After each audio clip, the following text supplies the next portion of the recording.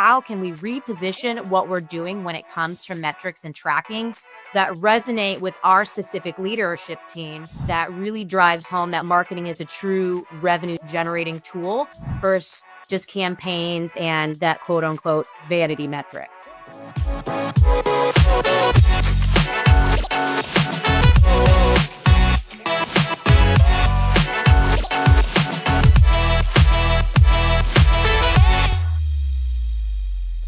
Hello and welcome to the Health Tech Marketing Show.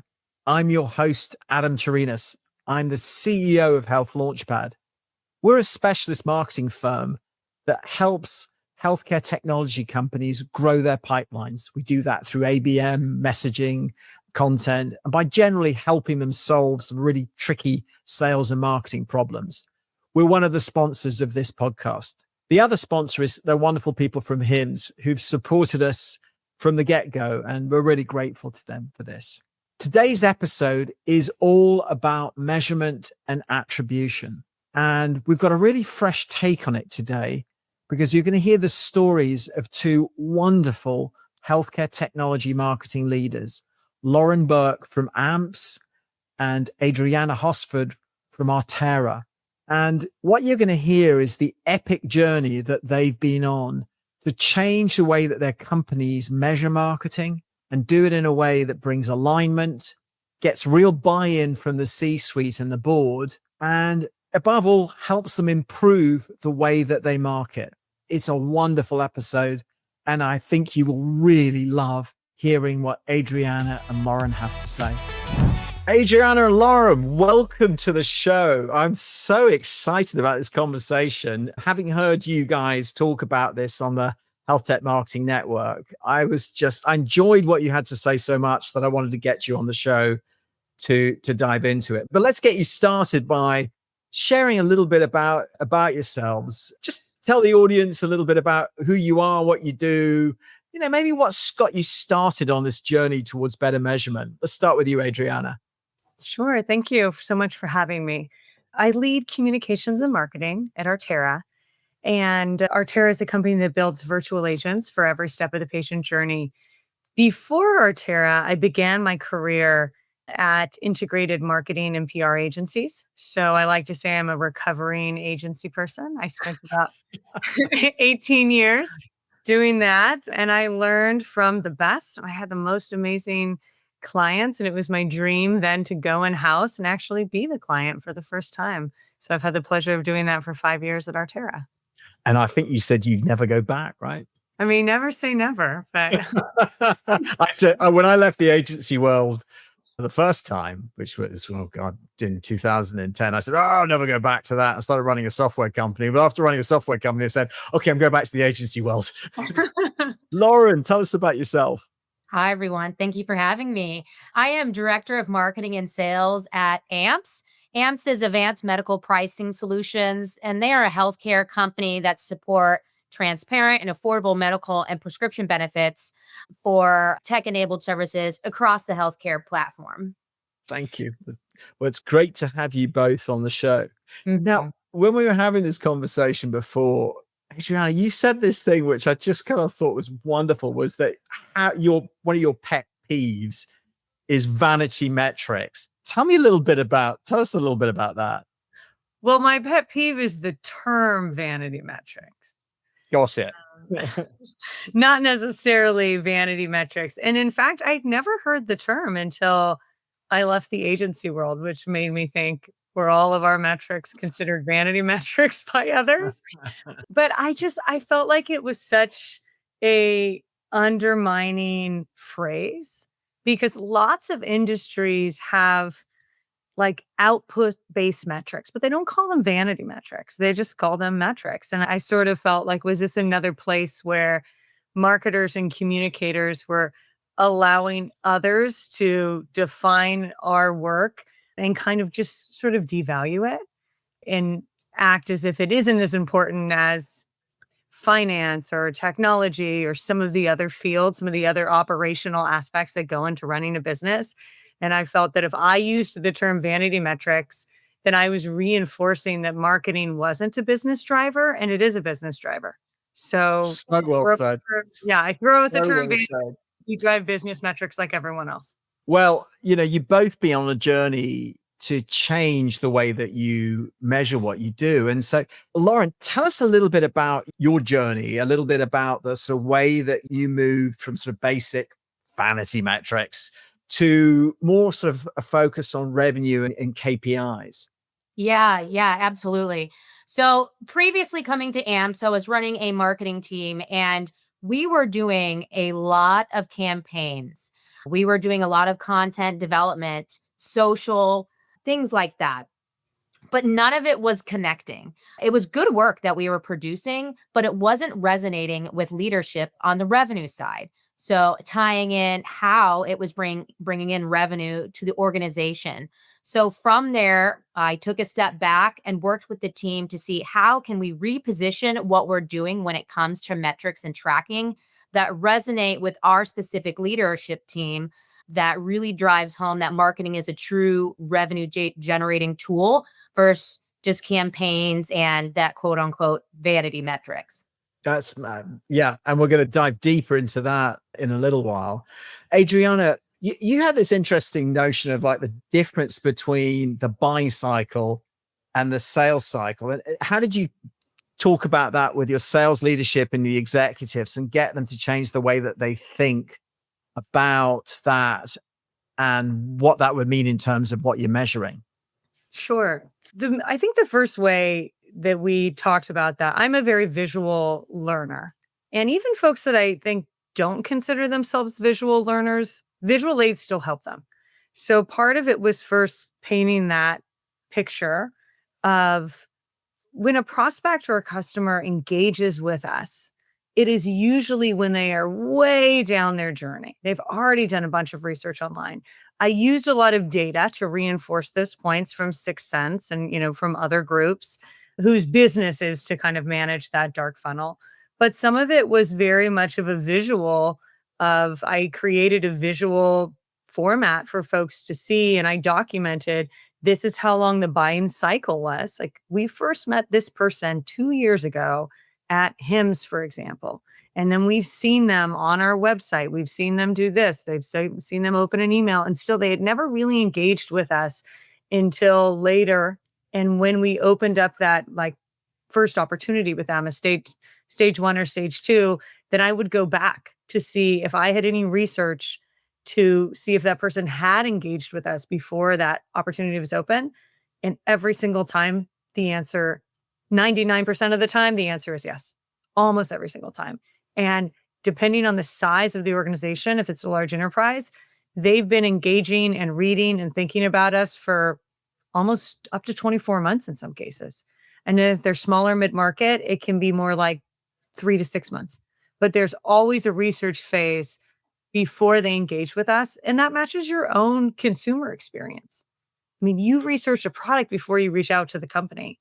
And why wouldn't the B2B buyer do the same? It makes so much sense. I think both of you said to me that one of the things that you have to kind of change your executives' mindset is that they think that the buying cycle is that last 3 months of the sales cycle. It's like, no, they are they're below the surface. They're in the dark funnel for potentially 3 or 4 times the length of the sales cycle. So I think the data is 70% of their buyers spend 70% of their journey below the surface. It's only when they've got to 70% of the way through that they'll actually reach out and engage. And I think a lot of companies still operate on that. Well, that's when it starts. It doesn't. It starts months before that. One thing that was talking about the touch point, because in my world, I work in B2B healthcare.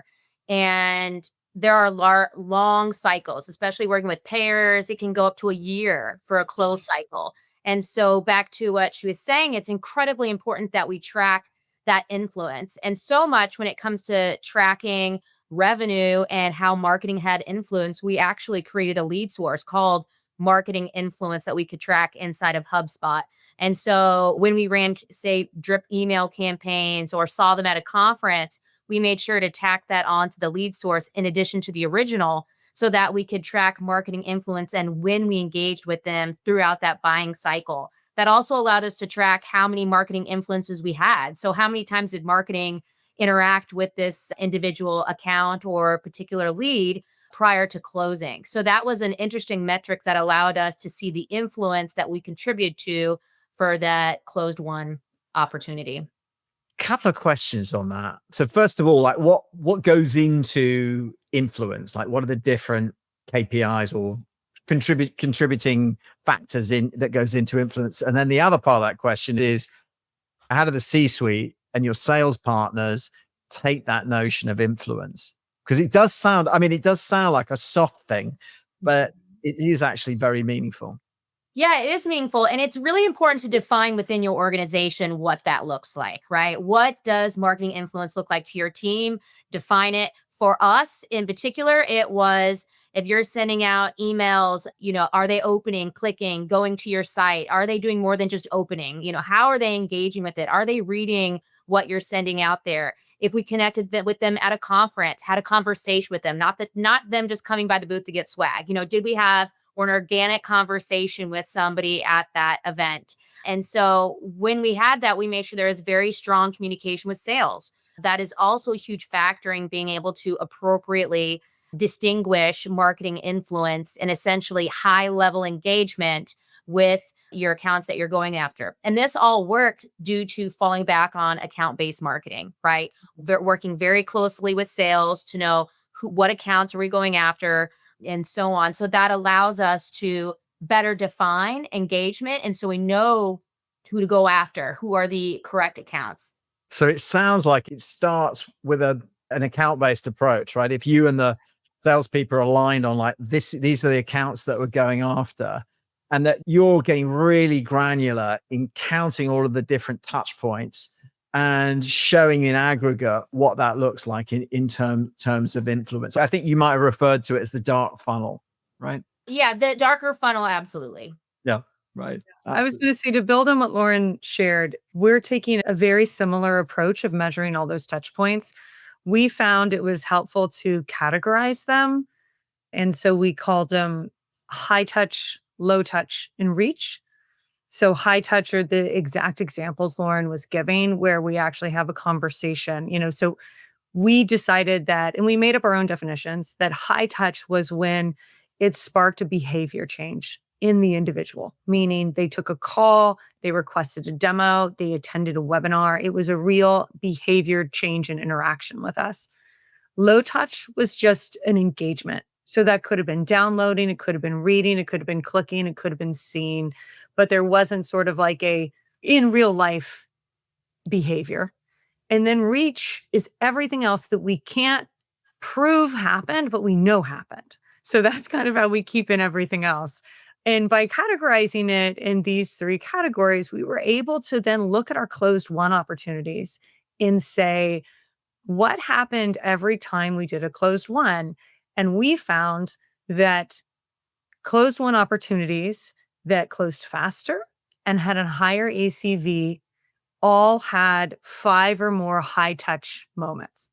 So that kind of informed our strategy of, we need to be doing as many webinars, we need to be going to events. Like the in-person moments for us at Artera tips the scale. And you know that in your gut, right? Like that's not something you have to convince a salesperson of, because they are fantastic face-to-face. But it was nice to have data to show that, to say every time we got you folks face-to-face, we were more likely to close the deal. And better news, the deal was faster to close and was bigger.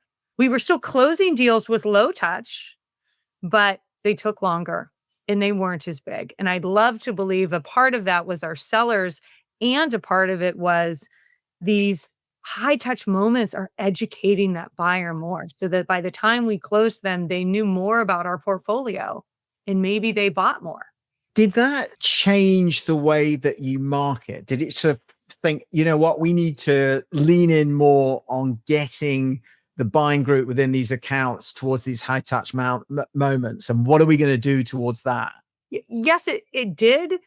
And for me, this data was important because, like all of us, it feels like our goals keep growing and becoming larger, but our budgets keep shrinking Mm. and our Yeah. resources keep going down. So in some ways, it changed the way that we market more in when you have fewer resources, where are we getting like the most value? It made that decision a little less guilty because I believe in all of the touch points. I think all of them are critical in bringing someone along in the journey. Mm. But if you have a dollar, like where do you spend? Yeah. Where, are you going to spend 75 cents on high touch and 25 cents on low touch? I mean, that's kind of, it's helped us figure out with our resources and our budget, where do we put those efforts? That's really insightful. I mean, I can see how you might say, okay, I've got $100,000 to spend on this campaign rather than spending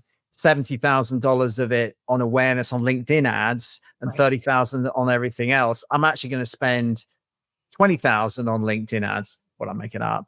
Yeah. And then we're going to do some really high value direct mail pieces to get these people to meet with us or to get on a call. I think that's so interesting. Lauren, have you experienced similar things? Yeah, yeah. You mentioned how have you changed how you market? Yes. And going very granular on the information that we talked about is persona marketing. So we were able to change how we go to market by testing and looking at the metrics within those type of C-suite personas who engage with different channels. So we found, for example, CFOs were engaging very highly with emails, whereas say chief medical officers were engaging more in person or through ads. So we were able to look at how each persona engaged with the channels. And that is how we tweaked our marketing because we found it to be more effective based on the title or what that person did. That's so interesting. So not only are you tailoring the way that you market to the different personas based on the message or what the content is, but actually the channel that you use to reach them. Wow. I haven't heard that. I haven't heard that very often. That's really Yeah. amazing. Yeah. You've both been very kind and shared some visuals with me. So if you're listening or watching this episode, you want to kind of see what Adrianna and Lauren are talking about. If you click on the link in the show notes, you'll actually see an article which includes some graphics.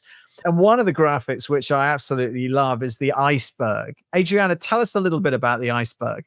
Yeah. So the iceberg, actually, I'm excited for you to share this because I can't wait to also credit all the folks on my team who helped me create this. But the iceberg actually was an idea that came from a really amazing demand gen expert named Jason Howie, who helped me with that. And he and I put this iceberg together.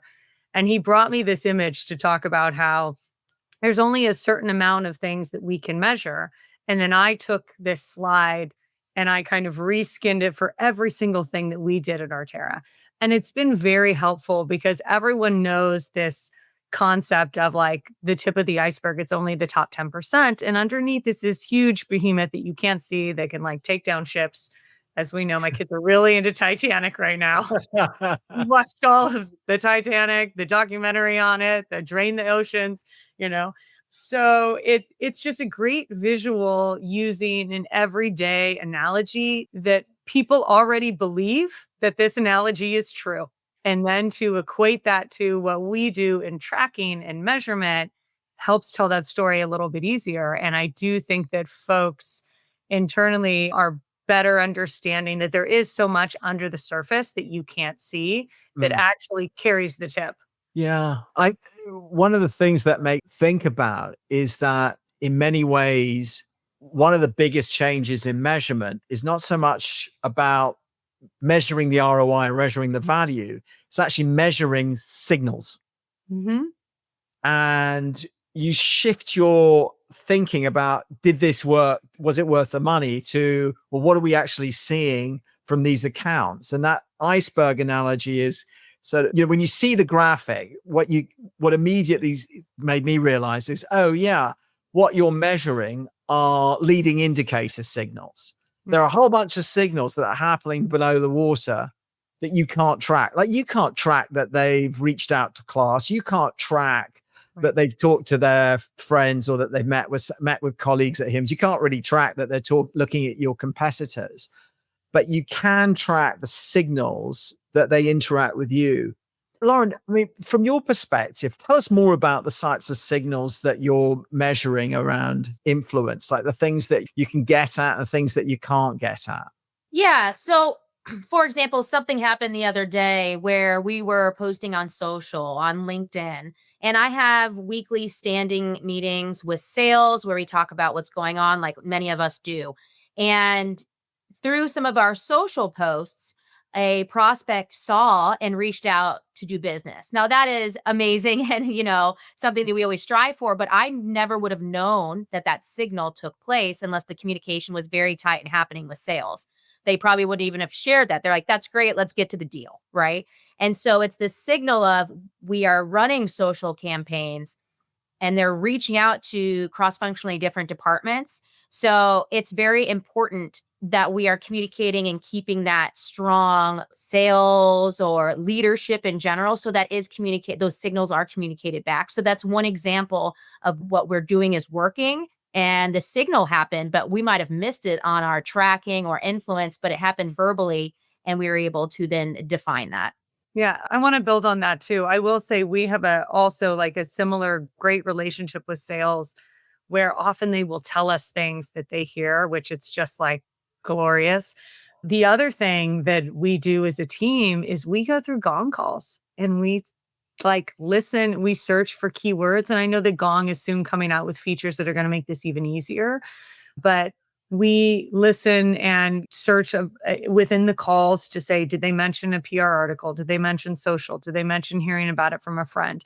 When we can't figure out how this person came in and when it looks like an inbound, and it's been phenomenal. I mean, we've found on Gong calls, folks saying, oh, I read an article about how Arter works with FQHCs in Fierce Healthcare.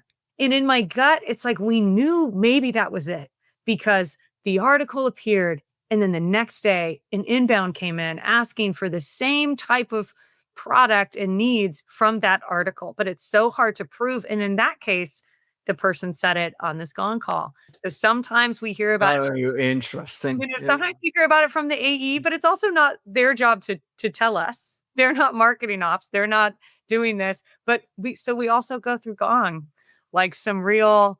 I heard someone recently at an event call it like forensics metrics, and it does feel like that. Like you're like a detective trying to piece together. I don't think this inbound just like fell from the sky.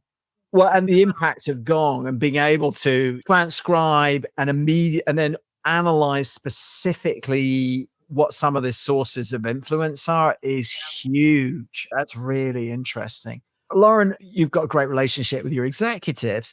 When you're telling the story, what have you found resonates most with them? What do they say? Okay, yeah, I get it. I buy into it. We need to continue to invest in this. Yeah. So what I find what resonates with them is the revenue generating impact for the leadership. So what it is these many deals closed. How did marketing have influence or where did they come from? Right. So very direct and to the point. So say we had 4 deals close last month. Where did they come from? Was it a conference? What did we do at that conference? What was our investment? What was our cost per lead being at that particular conference so that we can then look at our budget and see, was that cost worthy? So they essentially care about closed won deals when it comes to marketing. So that drives it all the way back home, rethinking like a CFO, essentially. What dollars are going out and what dollars are going in and how are we showing that value? And the attribution is like, I mean, the conference sounds like that would be a big part of the influence, but are they buying into that the attribution comes from more than just one thing? Yes, they are aware that attribution comes from more than one thing. Awareness is huge, right? If nobody knows about your solution, your product, your service, then they're not going to know that you're the best thing out there, right? And so when we talk about press releases or the reach that we're having, as long as they're seeing growth, month over month for things that we're doing, then that is important to them as well. Yeah, they've got permission to believe because you're delivering the end result. Mm-hmm. Yeah. Adrianna, there's another visual that you shared that's in the article. I think you call it the closing journey, which I thought was stunning. Tell us about that. So the closing journey is really kind of this brainchild of a woman on my team, Emily Coy, who you have met, and then honestly was further refined after we attended Sway because we kept seeing other people's examples. And so Oh, that's right. Yeah, Eric Johnson had it. it's really tight and beautiful and shiny. But the closing journey is just that. It doesn't capture every touch point with the organization because it doesn't have every sales touch point, but the idea of the closing journey is we're trying to show this is how marketing helped move this prospect along to close them. Yeah. And so that we can continue to recreate them. And sometimes we go back really far if we want to show that the buying cycle has been 2 years in some cases, or if it's been 6 months. And really, it's that idea of how do we figure out what are the tipping points that are bringing someone to close faster, to close bigger, so that we can just continue to replicate that. So now we are doing the closing journey. We would love to do it for every closed one. Like that would be the dream. But really, instead, we're taking that concept. And when we do a board meeting, I'm presenting one closing journey of like our most exciting company wide deal to just show these were all the players and all the touch points. And if you do one big one or two big ones, it does give you a little bit more time to go deep and know the context behind each of those touch points that helped close that deal. They're a big lift to do. Yeah. Yeah. I mean, we got involved with the one that Eric shared at Sway, and I've seen the one that you've done. You'd like to think that your systems will do it. And even if you've got something like demand base, you end up sort of having to extract data and do a lot of this in Excel anyway. So it's, I want to build off of that though. I think it's really important. You said even go back 2 years. For some of the marketing teams that are more nimble or smaller or just getting started out with taking a step back from their metrics, it's so important to have a CRM tool in place that allows you to go back 2 years, right? So being able to track the deals that are coming in, Excel probably is not going to cut it, right? There's probably going to be multiple lists, different revisions, versions. So for teams that are looking to really revamp their metrics to have an impact, it's important that you're using an appropriate CRM tool that allows you to have that frame of reference to go back as needed. Yeah. I also think if you don't have that, one of my big mantras is that it's about progress and not perfection. So even if you don't have all of that, if you heard in a gong call or the prospect had said, "Oh, I've been thinking about you guys for a year," that goes on the slide. We say 12 months, considering us. Like, I wholeheartedly agree with you. And I feel really privileged that we have that data. And I don't want anyone to feel discouraged from trying to do data driven storytelling if you don't have all the pieces. I do feel like there was a time on my team where our folks care so much about data accuracy and it being clean that it almost was a little bit of a paralysis. Like we were afraid to tell a story because we weren't sure if this was totally accurate or not. And I think that we just have to take a little risk, trust the data, validate it, use some good common sense, and to be like, does this make sense? Does this seem reasonable? But you either tell an imperfect story or you tell nothing. So two things there: progress, not perfection. And the other thing is don't let perfect be the enemy of just good enough to tell the story, right? Yeah, for sure. Lauren, one of the things that I've heard you talk about is the importance of team accountability and measurement. Expand on that a bit. Yeah. So when it comes to accountability culture, when for campaigns, for example, it's important to have a safe space for your team to define reporting and understand that they can have wins and misses, right? So just like what you said, it's better to tell a story than not tell one at all, even though it might not be imperfect. It's okay. In marketing, we're trying new channels, we're seeing what works, what doesn't, we're testing. And so it's really important to say, hey, it's okay that we tried this and it didn't bring in the numbers that we were looking for, but we've tested it and that we can learn from it. And so it's important to create a team culture that is comfortable sharing that. Mm-hmm. Yeah, I so agree with that. I think we've been talking in this call a lot about how you merchandise data and metrics to leadership But I think Lauren's point of also measuring your campaigns, measuring channel performance, and then using those insights to kind of help you optimize or change it. That's really important. Mhm. You don't always have to share that. You don't have to be like, we tried this and it didn't work. You know that. Yeah. And then you guys can tweak it internally. I think that's such a really good point because Mm. how else are you learning and how else are your teams learning? Like what's working and what's not. I think that's so critical. Do you think that by leaning in hard on accountability, that the salespeople step up and actually do their end of the bargain as well, which is they're reporting things that actually may give attribution to marketing or putting information in the CRM that actually helps with optimization?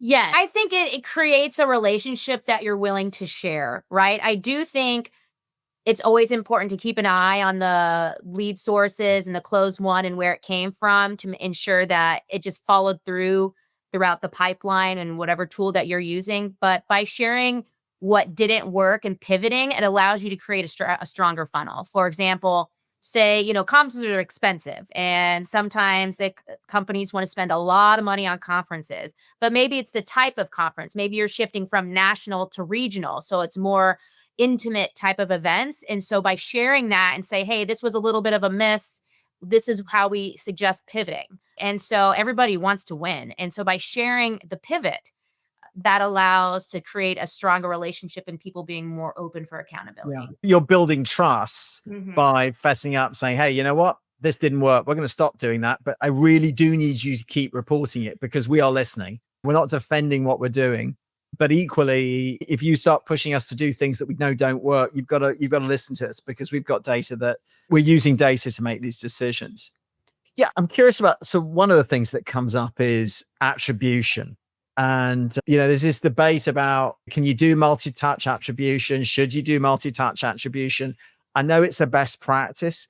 What do you guys think about this notion of getting really granular on attribution and particularly sort of adopting multi-touch? Yeah, so I prefer multi-touch. I think it's in marketing. We're so distracted by everything in life between meetings and calls and getting emails. It's so important to have a multi-touch campaign, especially as we've mentioned before, these long cycles. So I think it's incredibly important to have as well as track what's working and what's not. So I think you said when you looked at closed one deals, they were all touched at least 5 times. It's so important to be able to continue to touch them as they're doing their research through marketing channels and outreach. Yeah. I mean, I think I'm in full agreement with that. It's just like for any of us, you don't exist. Everything that influences you about a brand, about a product, about a reputation, it's a million different little things, you know? And I always had a hard time with like first touch or last touch. I even struggle with lead source, to be honest. I wouldn't got out of doing marketing qualified leads or marketing qualified accounts. Like part of the way that we're measuring marketing success is like we have different metric numbers, but basically it's like 98% of all closed won opportunities need to have 5 or more marketing touches before they are opened. So, I mean, that's kind of how we want to be judged. I feel like it's so hard because the other thing I don't love is I don't love the idea of pitting marketing against our SDRs because they work together. Marketing's job is to educate and condition and bring this person along. And then in our business, the SDR is calling them, and that like breaks the cycle of that person just researching behind a screen. And now they're actually engaging. Those have to work together. And so I'm really apprehensive on like lead source. And plus our team doesn't get commission, it's like, I don't want to take away, I don't want anyone to think we're in competition with them because we're team selling. And as long as we're hitting numbers and closing deals, Mm. everyone's excited. I know many organizations won't allow that type of approach in marketing. And I feel very lucky that I have a leadership team that also agrees that our goal is that marketing needs to touch everyone before they're opened. And we have a shared pipeline number that we're all working towards. Yeah.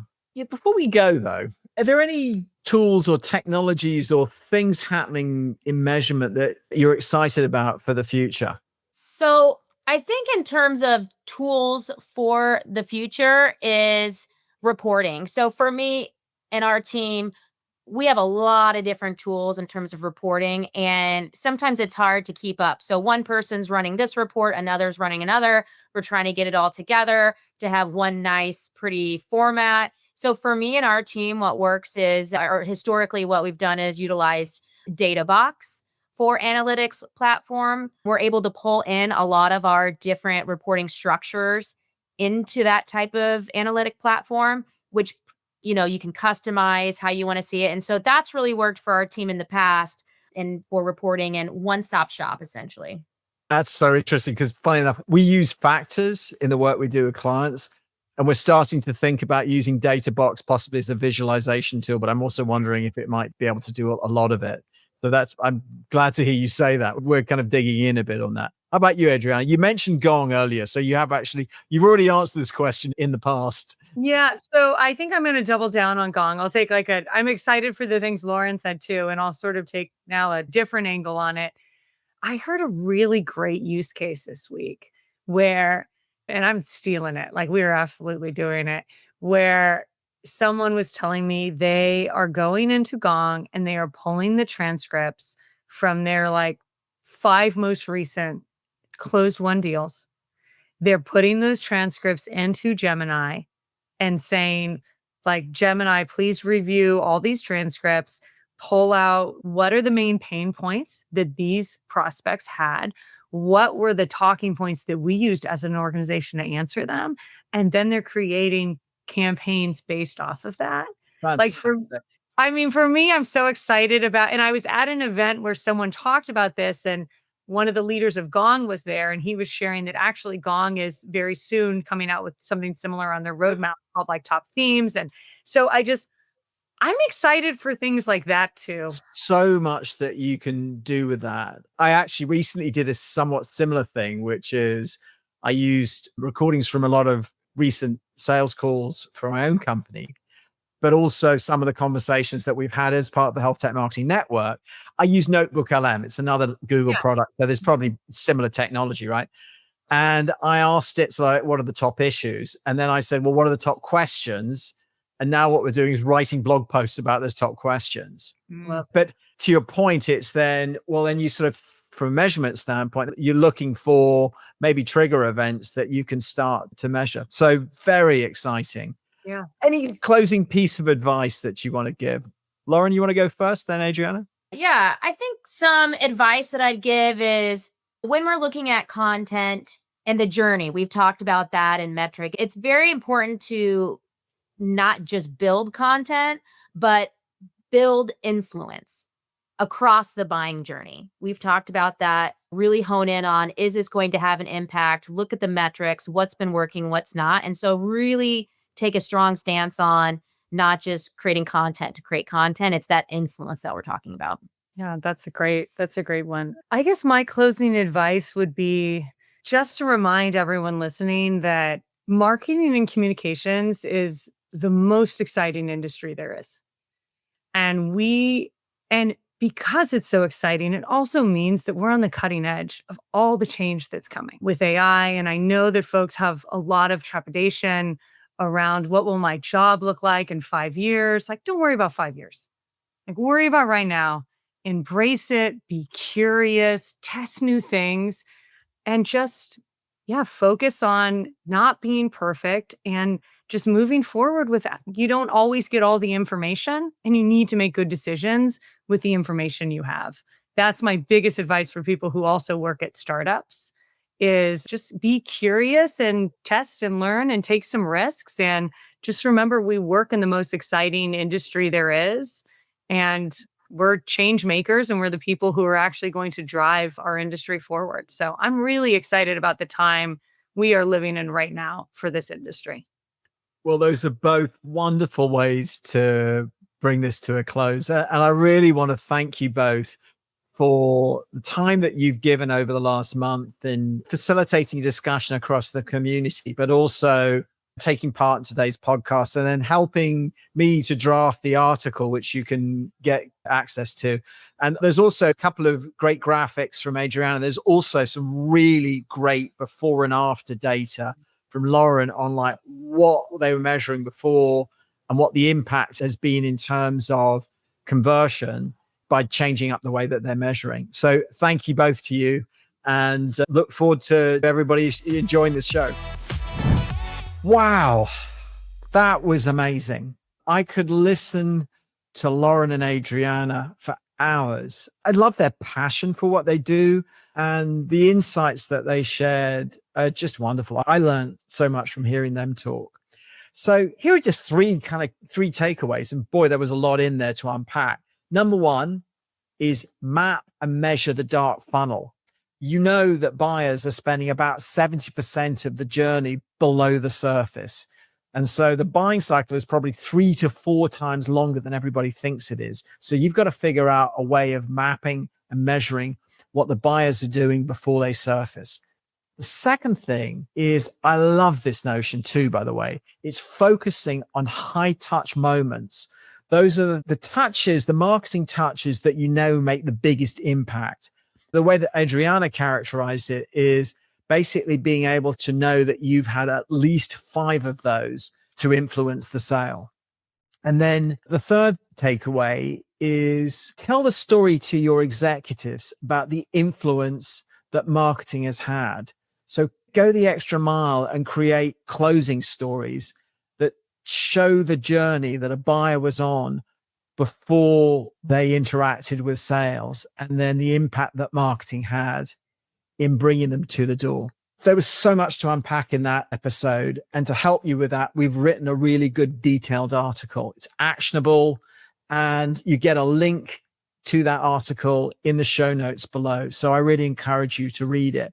If you've enjoyed the show, a couple of things. First of all, do subscribe. You can do that on YouTube. You can do that on Apple, on Spotify, and a million other podcast applications.